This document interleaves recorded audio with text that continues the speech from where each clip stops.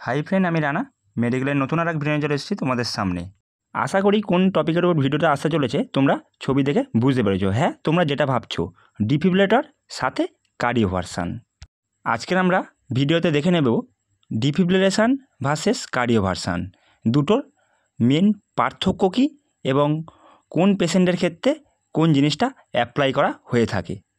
তো প্রথমে আমরা দেখে নেব ডিফিব্রিলেশন জিনিসটা কী। ডিফিব্রিলেশন কী জিনিসটা তো আমরা সকলেই জানি যে একটা ইলেকট্রিক্যাল ডিভাইস যেটা ডেলিভার করছে একটা ইলেকট্রিক্যাল কারেন্ট অথবা শক, যেটা আমাদের হার্টটাকে নর্মাল রিদমে আসতে সাহায্য করছে।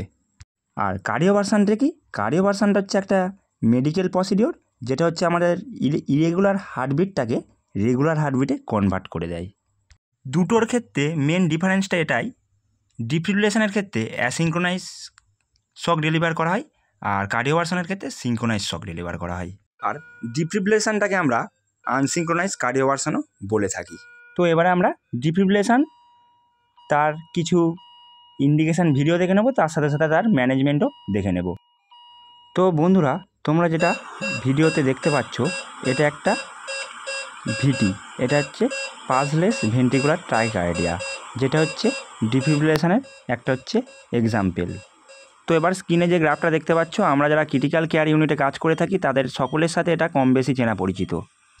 পেশেন্ট অ্যারেস্ট হওয়ার আগে অথবা পেশেন্ট অ্যারেস্ট হয়ে গিয়েছে, তারপরে আমরা সিপিআর দিই, সিপিআর তারপরে শক দিই, প্রয়োজন হলে শক দেওয়ার পরে আবার সিপিআর দিই। তো এই ধরনের গ্রাফ আমরা কম বেশি সকলেই মনিটরের দিকে লক্ষ্য করলে দেখে থাকি।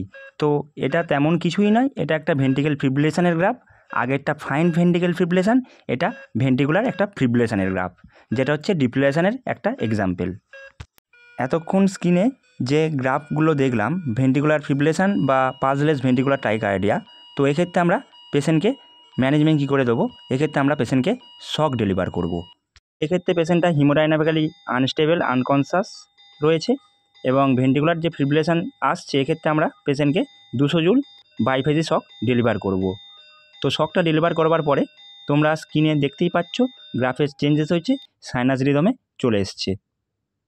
তো এর পরবর্তীতে যে গ্রাফটা তোমরা স্ক্রিনে দেখতে পাচ্ছ, এটা হচ্ছে একটা পালসলেস ভেন্ট্রিকুলার ট্রাইকার্ডিয়া। এক্ষেত্রে পেশেন্টটা আনকনসাস, আনস্টেবল, আর পেশেন্টটা হিমোডাইনামিক্যালিও আনস্টেবল রয়েছে, বিপি নেই। তো সেক্ষেত্রেও আমরা পেশেন্টকে বাইফেজিক 200 জুল, ডিরেক্ট 200 জুলে শক ডেলিভার করব। তো 200 জুল শক ডেলিভার করবার পরে গ্রাফের কী চেঞ্জেস আসে সেটা তোমরা ভিডিওর মাধ্যমে স্ক্রিনে দেখে নাও।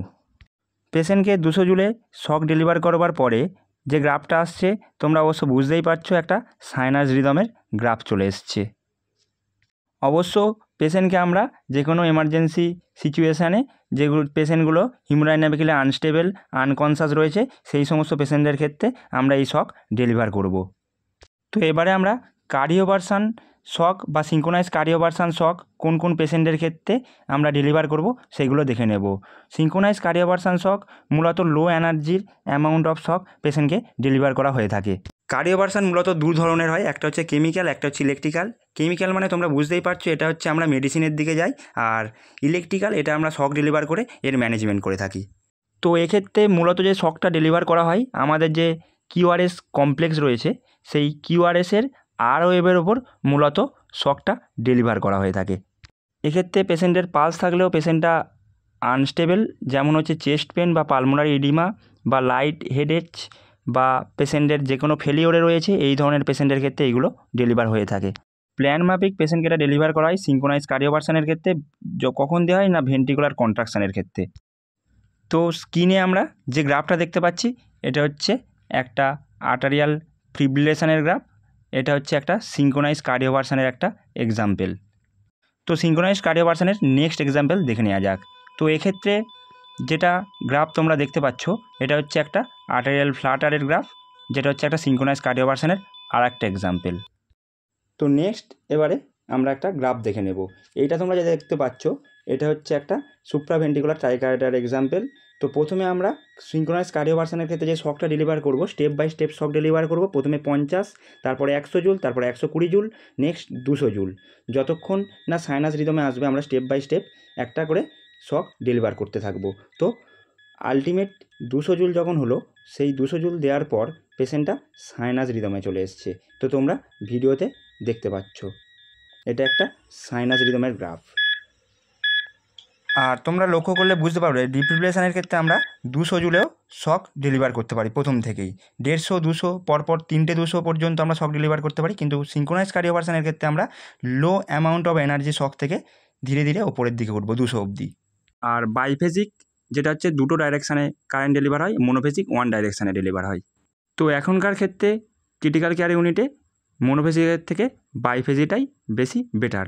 তো প্রথমেই বলে দিই, এটা হচ্ছে আমার একটা নেট দুনিয়া থেকে কালেক্ট করা একটা ভিডিও। তো এক্ষেত্রে পেশেন্টের এসভিটি চলছে, সুপ্রাভেন্ট্রিকুলার ট্রাকিকার্ডে। এই হচ্ছে পেশেন্ট ফেস মাস্কে রয়েছে, পেশেন্টের অক্সিজেন কম ছিল এবং এক্ষেত্রে পেশেন্টটা অত্যন্ত চেস্ট পেনে ছিল। সেক্ষেত্রে আমরা পেশেন্টকে সিঙ্ক্রোনাইজ কার্ডিওভার্সনে একটা 120 জুল শক ডেলিভার করেছি। তো শকটা ডেলিভার করবার পরে পেশেন্টের ইসিজি গ্রাফের একটা পরিবর্তন এসেছে। তো এই পরিবর্তনটা আমরা দেখেই বুঝতে পারছো সাইনাস রিদমে চলে এসছে পেশেন্টটা। তো এক্ষেত্রে স্ক্রিনে আমরা যে গ্রাফটা দেখতে পাচ্ছি, এটা হচ্ছে একটা অ্যান্টিও ভেন্ট্রিকুলার ব্লকের গ্রাফ, মানে 3rd ডিগ্রি হার্ট ব্লকের একটা গ্রাফ। এক্ষেত্রে আমরা পেশেন্টকে কীভাবে ম্যানেজমেন্ট দিই না, আমরা একটা ট্রান্সভেনাস পেসিং দিয়ে দিই, যেটা হচ্ছে আমরা টিপিএম হিসাবে পরিচিত সবাই, টেম্পোরারি পেসমেকার দিই। সেটা হতে পারে জুগুলার দিয়ে হোক বা ফিমোরাল দিয়ে হোক, যে কোনোভাবে হোক আমরা একটা টেম্পোরারি পেসমেকার পেসিং একটা দিয়ে দিই। এটা হচ্ছে একটা ডিফিব্রিলেশনের একটা এক্সাম্পল। তো অনেক ক্ষেত্রে পেশেন্টের পিপিএম করা হয়ে থাকে। পিপিএম অর্থাৎ পার্মানেন্ট পেসমেকার, ইমপ্লান্টেবল কার্ডিওভাস্কুলারের একটা example. SA node AV node disease, 3rd degree AV block, dilated cardiomyopathy বা ডিসিএম, এইগুলো হয়ে থাকলে পার্মানেন্ট পেসমেকার করা হয়ে থাকে।